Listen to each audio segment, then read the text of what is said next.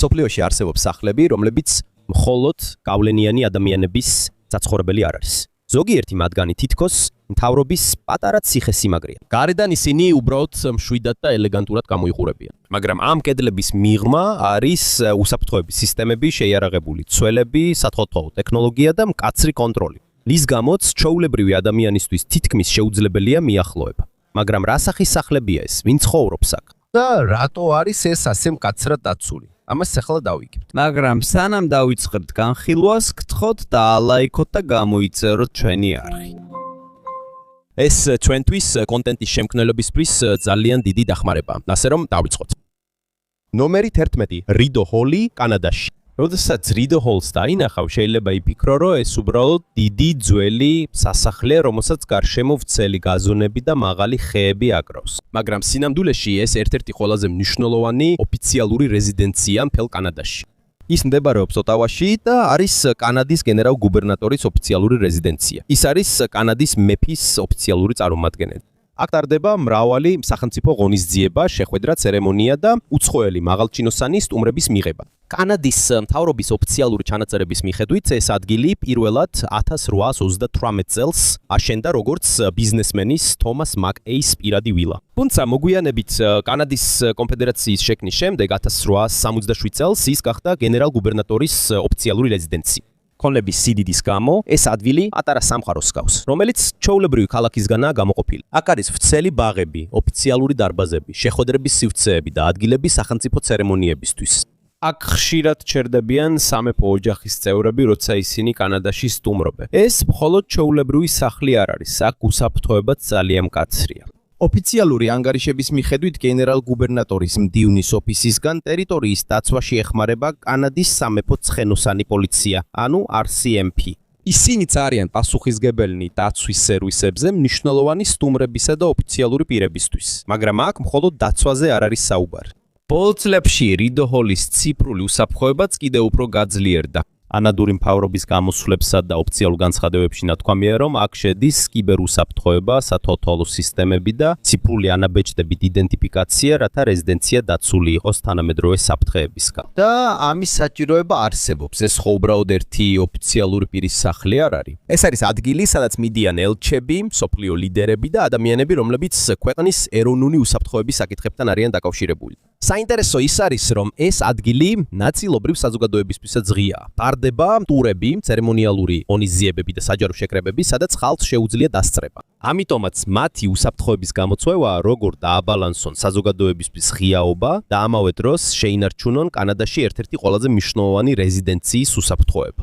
გარედან რიდო ჰოლი მშვიდად გამოიყურება, მაგრამ ამ სიმშვიდის მიღმა ეს არის უმაღლესი დაცვის მქონე სამთავრობო საკუთრება, რომელსაც თითქმის მუდმივად იცავენ. ნომერი 10. ბლერ ჰაუსი, შეერთებული შტატები. როდესაც უცხო ქვეყნის პრეზიდენტი, მეფე, პრემიერ-მინისტრი ან სხვა მსოფლიო ლიდერი სტუმრობს ამერიკას, ისინი პირდაპირ თეთრ სახლში არ მიყავთ. ხშირ შემთხვევაში ისინი ბლერ ჰაუსში აჩერებენ, ეს შენობა პირდაპირ თეთრი სახლის მოპირდაპირედ ვაშინგტონში მდებარეობს, მაგრამ ნუ მოგატყუებთ მისი გარეგნობა. მიუხედავად იმისა, რომ ეს ელეგანტურ ძველ სახლს გავს, ის ერთ-ერთი ყველაზე დაცული სტუმრების რეზიდენციაა მთელ მსოფლიოში. ბლერ ჰაუსის ოფიციალური ვებგვერდის მიხედვით, ამერიკის მთავრობამ ეს შენობა 1942 წელს შეიძინა და ის შეერთებული შტატების პრეზიდენტის ოფიციალურ სტუმართა რეზიდენციად აქცია. აქ ჩამოდიან სტუმრად ჩამოსული სახელმწიფოს მეთაურები, აქვე დროებით ცხოვრობს არჩეული პრეზიდენტი ინაუგურაციამდე და რადგან აქ ისეთი დონის ადამიანები მოდიან, ჩვეულებრივი უსაფრთხოების ზომები აქ საკმარისი არ არის. მართალი რო ვთქვათ, ეს თითქოს თეთრი სახლის უსაფრთხოების სისტემის გაგრძელებაა. ბლერ ჰაუსი მხოლოდ ერთი სახლი არ არის. ეს არის დიდი კომპლექსი, რომელიც შედგება 4 ერთმანეთთან დაკავშირებული ტაუნჰაუსისგან.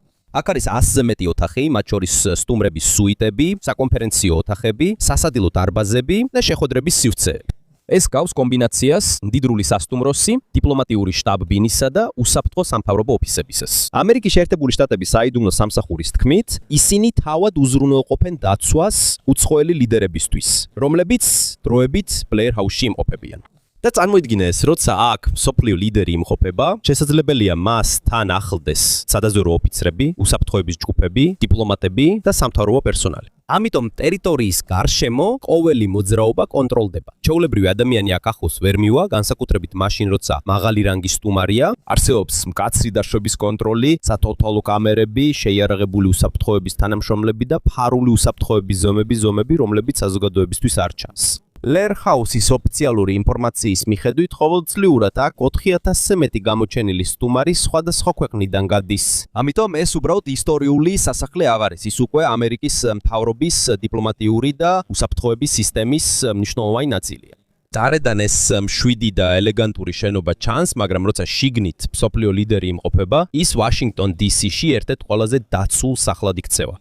ობსერვატორიის წრის ნომერი 9 ამერიკაში არის ერთი სახლი, რომელიც თეთრ სახლთან შედარებით ნაკლებად ცნობილია. მაგრამ მიუხედავად იმისა, რომ ის ხშირად არ ჩანს ტელევიზორში, ეს სახლი ერთ-ერთი ყველაზე მნიშვნელოვანი სახლია მთელ ქვეყანაში. ეს არის შეერთებული შტატების ვიცე-პრეზიდენტის ოფიციალური რეზიდენცია. ის მდებარეობს ვაშინგტონში, შეერთებული შტატების საზღვაო ობსერვატორიის ტერიტორიაზე. და რადგანაც ის სამხედრო საკუთრებაშია, მასთან მისვლა უფრო რთულია, ვიდრე ქალაქში ჩვეულებრივ სასახლესთან. თეთრი სახლის მიხედვით, ეს ვიცე-პრეზიდენტის ოფიციალური რეზიდენცია 1974 წლიდან.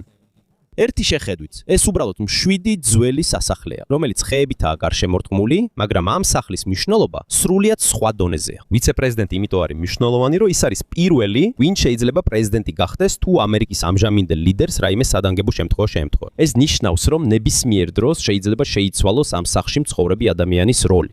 ამიტომ ამ ადგილის უსაფრთხოება არ შეიძლება სუსტი იყოს.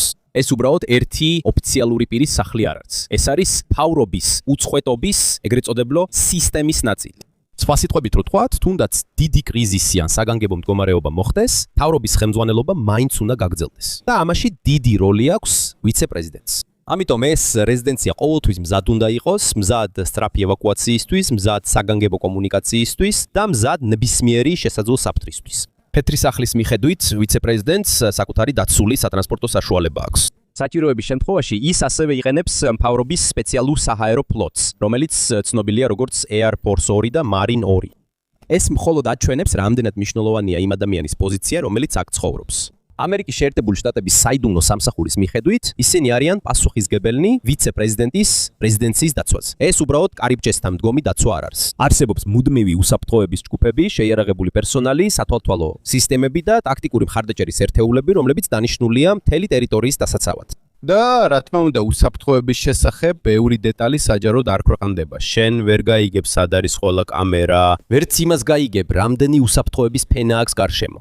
და სწორედ ეს არის მიზეზი, რატომაც ასე რთულია აქ შეღწევა. გარედან ეს უბრალოდ მშვიდი და ელეგანტური მე-19 საუკუნის სახლი ჩანს. მაგრამ იმ სიმშვიდის უკან ეს ამერიკაში ერთ-ერთი ყველაზე მნიშვნელოვანი დაცული რეზიდენცია. ნომერი 8, 10 Downing Street-ი, გაერთიანებულ სამეფოში. როდესაც ბრიტანეთში ყველაზე ცნობილ მისამართებელს საუბრობენ, ბევრს მაშინვე ახსენდება 10 Downing Street-ი. ეს არის გაერთიანებული სამეფოს პრემიერ-მინისტრის ოფიციალური რეზიდენცია და ოფისი. და მიუხედავად იმისა, რომ გარედან პატარა ჩანს, ეს ევროპაში ერთ-ერთი ყველაზე მნიშვნელოვანი პოლიტიკური შენობა. ბრიტანეთის მთავრობის მიხედვით, ამ ადგილს 3 ძირითადი ფუნქცია აქვს. პირველი, ეს არის პრემიერ-მინისტრის საცხოვრებელი. მეორე, აქ მდებარეობს მისი ოფიციალური ოფისი და მესამე, აქვე იღებს ბრიტანეთის მთავრობა მსოფლიო ლიდერებსა და მნიშვნელოვან სტუმრებს.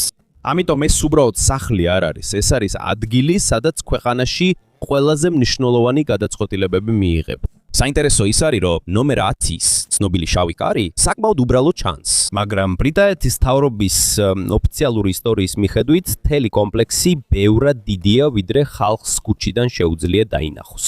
ამ შენობას უკანა მხარეს აქვს დამატებითი ნაგებობები, რომლებიც საზოგადოებისთვის ადვილად შესამჩნევი არ არის და ამ ადგილის მნიშვნელობის გამო აქ დიდი ხანია მკაცრი უსაფრთხოება. ბრიტანეთის საპარლამენტო ჩანაწერების მიხედვით, Downing Street-ზე ცდომის გამკაცრება 1973 წელს დაიწყო. შემდგომში იქ დაამონტაჟეს ჭიშკრები, ბარიერები და პოლიციის კონტროლი, რათა შეეზღუდათ შესვლის უფლება. და არსებობს სერიოზული მიზეზი თუ რატო გააკეთეს ეს. 1991 წელს, როგორც ოფიციალურ განცხადებაშია ნათქვამი თენთა პალატაში, Downing Street-ზე ნაღამტყორცნებით თავდასხმა განხორციელდა. ფურგონიდან 3 ნაღამტყორცნის ჯურვი გაისროლეს, ერთ-ერთი მათგანი აფეთქდა ნომერ 10-ის უკან და რამდენიმე ფანჯარა ჩაამსხვრია რეზიდენციაში. ამ შემთხვევის შემდეგ ტერიტორიის გარშემო უსაფრთხოება კიდევ უფრო გამკაცრდა, სტომა უფრო შეზღუდული გახდა, პოლიციის დაცვაც გაიზარდა და მთელ ქუჩაზე კონტროლი უფრო გამკაცრდა. ამიტომ დღემდე ჩვეულებრივი ადამიანი ვერ მიუახლოვდება პრემიერ-მინისტრის რეზიდენციას. ტელევიზორში ეს უბრალოდ ჩვეულებრივი სახლი ჩანს შავი კარით. მაგრამ რეალურ ცხოვრებაში ეს ერთ-ერთი ყველაზე დაცული პოლიტიკური მისამართია მთელ მსოფლიოში. ნომერი 7 ელისეს სასახლე საფრანგეთში. საფრანგეთში არის ერთი ძალიან მდიდრული შენობა, რომელიც ქვეყნის პრეზიდენტის ოფიციალურ რეზიდენციად გამოიყენება. ეს არის ელისეს სასახლე. და მიუხედავად იმისა, რომ მას სასახლეს უწოდებენ, ის მაინც ერთ-ერთი ყველაზე დაცული სახლია მსოფლიო ლიდერის. საფრანგეთის პრეზიდენტობის ოფიციალური ვებგვერდის მიხედვით, მთელი წლის განმავლობაში პრეზიდენტის დასაცავად მუდმივად დანიშნულია სამხედრო და უსაფრთხოების ძალები. აქ შედის რესპუბლიკური გვარდია, სპეციალური სამხედრო დანაყოფი, რომელიც დიდი ხანია პასუხისმგებელია საფრანგეთში მნიშვნელოვანი ადგილებისა და ოფიციალური პირების დაცვაზე. ეს მხოლოდ ცერემონიული მცველები არ არიან, რომლებიც ფოტოსთვის დგანან, ისინი ნამდვილი უსაფრთხოების ძალებია. საფრანგეთის მთავრობის ოფიციალური ინფორმაციის მიხედვით, პრეზიდენტის უსაფრთხოების ოპერაციებთან დაკავშირებულია 200-ზე მეტი სამხედრო ოფიცერი. ისინი ეხმარებიან სასახლის, პერსონალის და თავად პრეზიდენტის დაცვაში. არსებობს ახლოდაცვის გუნდებიც, რომლებიც ყოველთვის მზად არიან პრეზიდენტსა და პირველ ლედის გაყვნენ ყველგან, სადაც ისინი წავლენ. როდესაც საფრანგეთში უცხოელი ლიდერი სტუმრობს, აქვე ტარდება ოფიციალური მისალმების ცერემონიები. აქ შეგიძლიათ იხილოთ შემდეგი: ჯარისკაცები, კავალერიის დანაყოფები და სამხედრო ორკესტრები, რომლებიც ფილმებში გვხვდება. მაგრამ ამ გრანდიოზული ცერემონიის მიღმა ადგილის ნამდვილი უსაფრთხოება ძალიან მკაცრია. ეს უბრალოდ სასახლე არ არის. ეს საფრანგეთის პოლიტიკური ძალაუფლების ერთ-ერთი ცენტრია. და ფრანგული პრეზიდენტის ადმინისტრაციის თქმით არსებობს სხვა დაცული რეზიდენციებიც, რომელსაც პრეზიდენტი და მისი ოჯახი იყენებენ, როცა უფრო პირადულ და უსაფრთხო ადგილს საჭიროებენ. ეს ნიშნავს, რომ მხოლოდ ერთი შენობა არ არის დასაცავი. მთელ საპრეზიდენტო საცხოვრებელ სისტემას საფრანგეთის მთავრობა იცავს. დღისით ელისეს სასახლე ელეგანტურ ტურისტულ ღირსშესანიშნაობას ჰგავს. მაგრამ თუ ცერემონიული მცველებისა და გრანდიოზული ღონისძიებების მიღმა შეხედავ, დაინახავ, რომ ეს სახელმწიფოს მეთაურის ერთ-ერთი ყველაზე დაცული რეზიდენციაა მთელ ევროპაში. ნომერი 6 არას ან უახტარაინი ირლანდიაში. სოფლიოში არის ოფიციალური რეზიდენციებები, რომლებიც პირდაპირ სამხედრო ბაზას გავს, მაგრამ ზოგიერთი მათგანი სრულიად საპირისპიროა. მშვიდი, ბევრი ხეა, ბაღები ფართოა და თითქოს უბრალო სასახლეა პარკის შუაგულში. ამას ერთ-ერთი საუკეთესო მაგალითია არას ან უახტარაინი, ირლანდიის პრეზიდენტის ოფიციალური რეზიდენცია. ის მდებარეობს ფენიქსის პარკში, დუბლინში, რომელიც ევროპაში ერთ-ერთი ყველაზე დიდი საჯარო პარკია. პირველ შეხედვაზე შეიძლება არც იფიქრო, რომ ეს მაღალი დაცვის მქონე სამთავრობო რეზიდენციაა. მაგრამ მისი მშვიდი გარეგნობის მიუხედავად, ეს ირლანდიაში ერთ-ერთი ყველაზე მნიშვნელოვანი სახლია. ირლანდიის პრეზიდენტის ოფიციალური ვებგვერდის მიხედვით, ეს მხოლოდ ცერემონიული შენობა არ არის, ეს პრეზიდენტისა და მისი ოჯახის ნამდვილი სახლია. ამასთან ერთად აქ ტარდება მნიშვნელოვანი სახელმწიფო ღონისძიებები, დიპლომატიური შეხვედრები და უცხოელი ლიდერებისა და ელჩების მიღება. ამიტომ ეს ადგილი ყოველდღიურად უნდა აბალანსებდეს საჯაროობისა და ნებისმიერი საფრთხისგან უსაფრთხოების უზრუნველყოფას. ტერიტორია ძალიან ვრცელია. ირლანდიის მთავრობის ოფიციალური ინფორმაციის მიხედვით, იგი გარშემორტყმულია დაახლოებით 130 აკრი პარკითა და ბაღებით.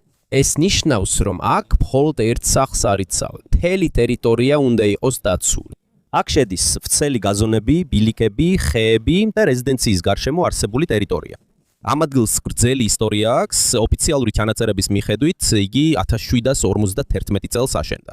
ირლანდიაში ბრიტანეთის მმართველობის პერიოდში ეს ადგილი ბრიტანეთის ვიცე-მეფის რეზიდენცია იყო. ირლანდიის დამოუკიდებლობის შემდეგ 1938 წელს იგი პრეზიდენტის ოფიციალურ რეზიდენციად იქცა. ამიტომ პრეზიდენტის რეზიდენციის გარდა ეს ადგილი ქვეყნის ისტორიის მნიშვნელოვანი ნაწილიც არის. და მიუხედავად იმისა, რომ ზოგჯერ საჯარო ტურებით ტარდება, ეს არ ნიშნავს, რომ იქ ყველას თავისუფლად შეუძლია შესვლა. ოფიციალური სტუმრის სახელმძღვანელოს მიხედვით, სტუმრებს შენობაში შესვლამდე უნდა ჰქონდეთ მოქმედი პირადობის დამადასტურებელი დოკუმენტი.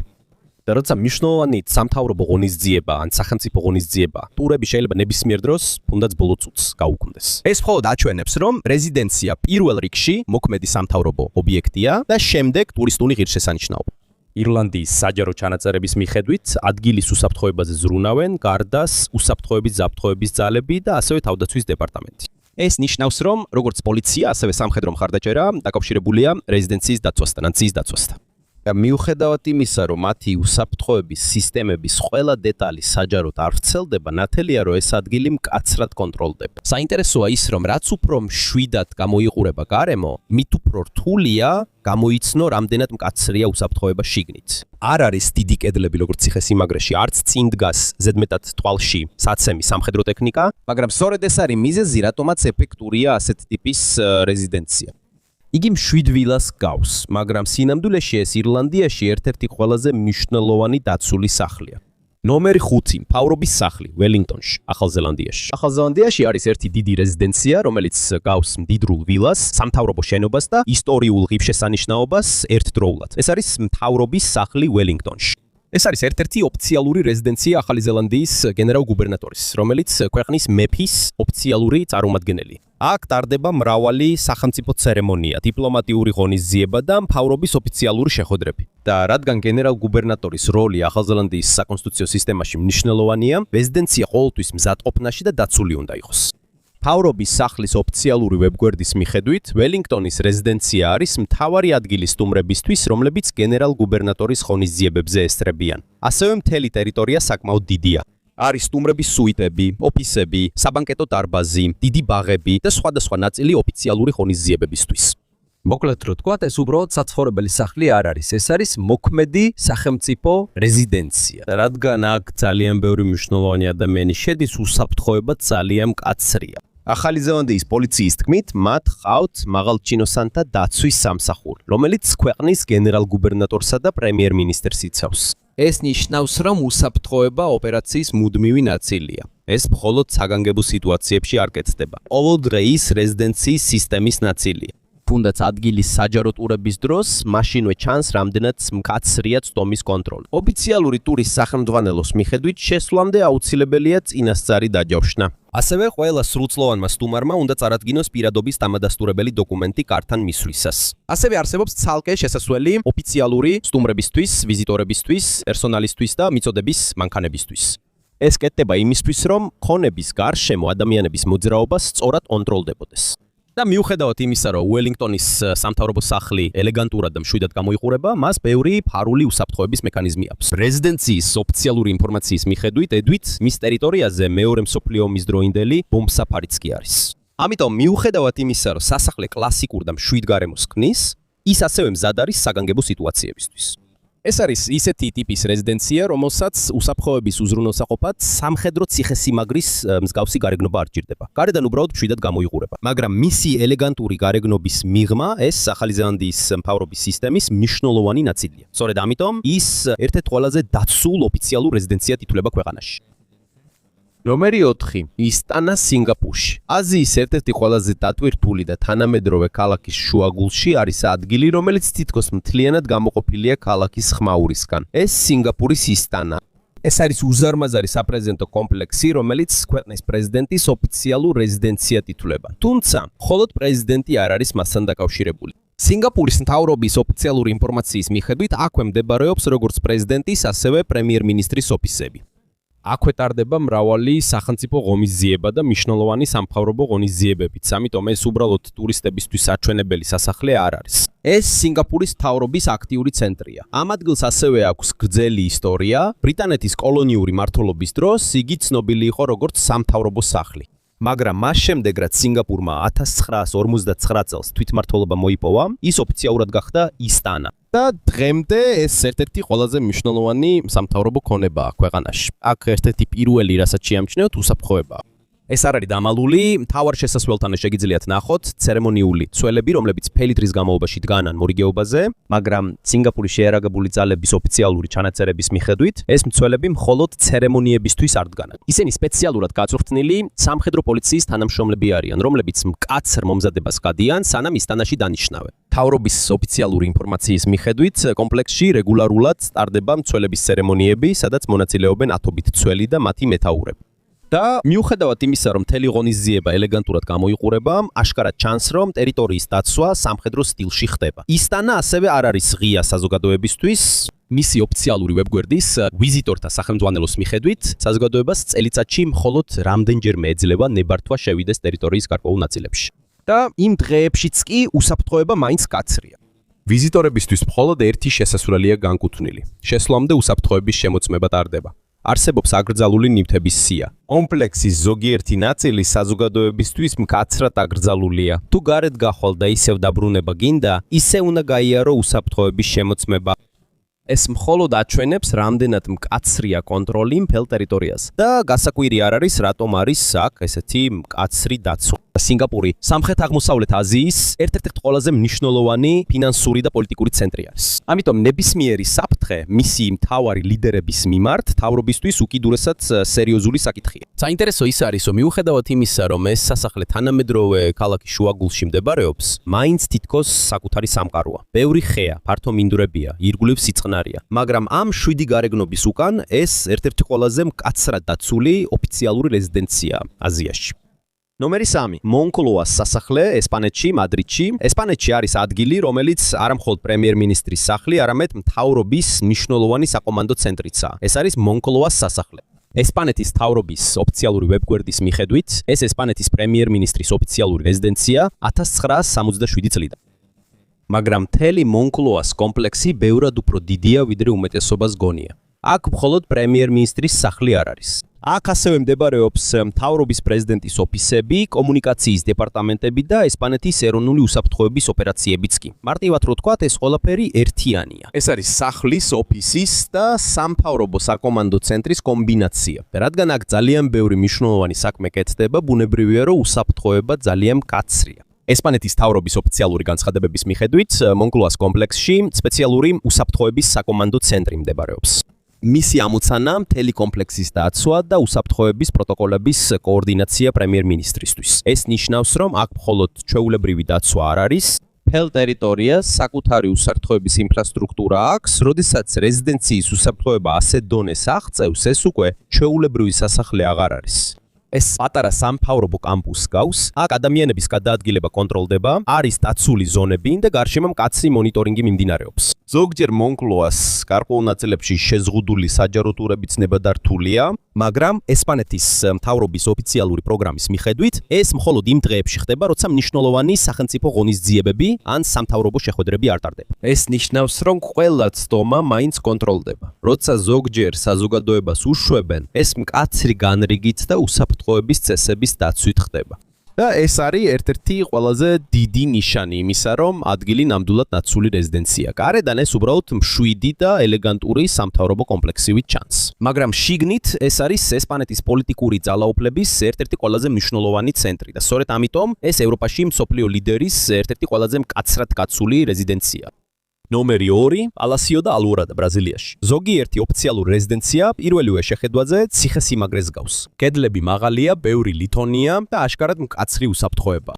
მაგრამ პალასიო და ალუორადა ბრაზილიაში სრულიად საპირისპიროა. პირველივე შეხედვაზე ძალიან ღია და ელეგანტური ჩანს. თითქოს თანამედროვე მდიდრული ვივაა, რომელიც წყლისკენ არის მიმართული. მაგრამ ნუ მოგატყუებს მისი მშვიდი და ლამაზი გარეგნობა. ეს სამხრეთ ამერიკის ერთ-ერთი ყველაზე მნიშვნელოვანი საპრეზიდენტო რეზიდენცია. ეს ბრაზილიის პრეზიდენტის ოფიციალური რეზიდენცია.